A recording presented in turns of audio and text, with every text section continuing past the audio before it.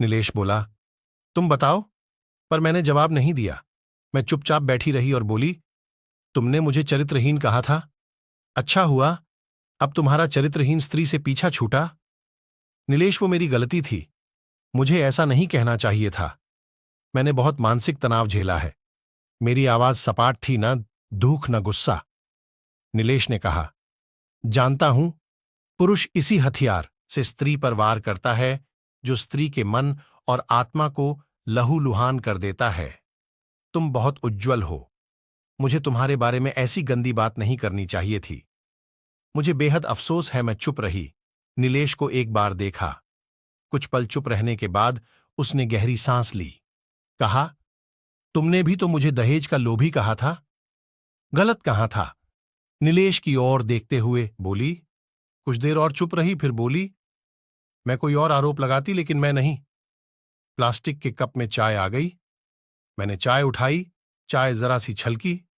गर्म चाय मेरे हाथ पर गिरी और हाथ झटका। नीलेश के मुंह से उसी क्षण ओह की आवाज निकली। दोनों ने एक दूसरे को देखा। तुम्हारी स्लिप डिस्क वाला दर्द कैसा है? नीलेश का पूछना थोड़ा अजीब लगा, पर जवाब दिया, ऐसा ही है। इलाज चल रहा है और बात खत्म करनी चाहिए। तुम्हारे हार्ट की क्या कंडीशन है? फिर अटैक तो नहीं पड़ा? मैंने पूछा। हार्ट, डॉक्टर ने स्ट्रेन, मेंटल स्ट्रेस कम करने को कहा है। आपस के चेहरे पर जानकारी तनाव को पढ़ रहे हो। एक दूसरे को देखा। दवाई तो लेते देखते रहे एक तक। नीलेश के चेहरे से नजरें हटाई और पूछा, हां, लेता रहता हूं। नीलेश ने कहा, तब आज तुम्हारी सांस क्यों फूल रही है? बीपी की गोली समय से लेते हो? बरबस ही मुंह से हमदर्द लहजे में कहा, आज भूल गया। शायद कुछ इस वजह से और को कहते कहते वह रुक गया। आपस के चेहरे पर छपे तनाव को पढ़ रहे हो। दवाई तो लेते रहते हो ना? नीलेश के चेहरे से नजरें हटाई और पूछा। हां, लेता रहता हूं। नीलेश ने कहा, तब आज तुम्हारी सांस क्यों फूल रही है? बीपी की गोली समय से लेते हो? बरबस ही मुंह से हमदर्द लहजे में कहा, आज भूल गया। शायद कुछ इस वजह से और को कहते कहते वह रुक गया। कुछ तनाव के कारण। मैंने बात पूरी की। वे कुछ सोचते रहे, फिर बोले, तुम्हें 15 लाख रुपए देने हैं और 20,000 रुपए महीना भी। हां, फिर? मैंने पूछा। नोएडा में फ्लैट है, तुम्हें तो पता है। मैं उसे तुम्हारे नाम कर देता हूं। 15 लाख रुपए फिलहाल मेरे पास नहीं है। उसने अपने मन की बात कही। नोएडा वाले फ्लैट की कीमत तो 30 लाख रुपए होगी। मुझे सिर्फ 15 लाख रुपए चाहिए। अपनी बात स्पष्ट की। बेटा बड़ा होगा, 100 खर्च होते हैं। वे बोले, वो तो तुम 20,000 रुपए महीना मुझे देते रहोगे? मैं बोली, हां, जरूर दूंगा। 15 लाख? अगर तुम्हारे पास नहीं है तो मुझे मत देना, उससे कहा। मेरी आवाज में पुराने संबंधों की गर्द थी। वे मेरा चेहरा देखते रहे। नीलेश को देख रही थी और सोच रही थी, कितना सरल स्वभाव का है इनका, जो कभी मेरे थे। कितना अच्छे हैं। मैं ही शायद कहीं समझने में। शायद नीलेश भी यही सोच रहा था। दूसरों की बीमारी की कौन परवाह करता है? ये करती थी परवाह। कभी जाहिर भी नहीं होने देती थी। कितनी संवेदना थी इसमें। मैं अपनी क्रोध के नशे में रहा। मैं इसके जज्बे को समझ पाता। हम दोनों चुप थे, बेहद चुप। दुनिया भर की आवाजों से मुक्त होकर खामोश।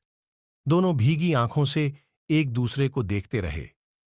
मुझे एक बात कहनी है, उसकी आवाज में झिझक थी। कहो। मैंने सजल आंखों से उसे देखा।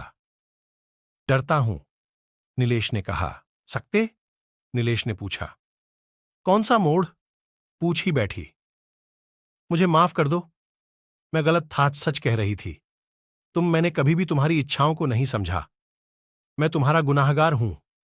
तुम्हारी इच्छाओं का गला घोंटा है मैंने। उनके इस भोलेपन ने मुझे एक पल में पिघला दिया। खुद को रोक न सकी और उनकी बाहों में समा गई। उनकी आंखों से झरते आंसुओं से मेरा माथा गीला हो गया था। अब हम हमेशा साथ रहेंगे, एक साथ पति पत्नी नहीं बल्कि बहुत अच्छे दोस्त बनकर। ये पेपर, ये अर्जी? मैंने पूछा।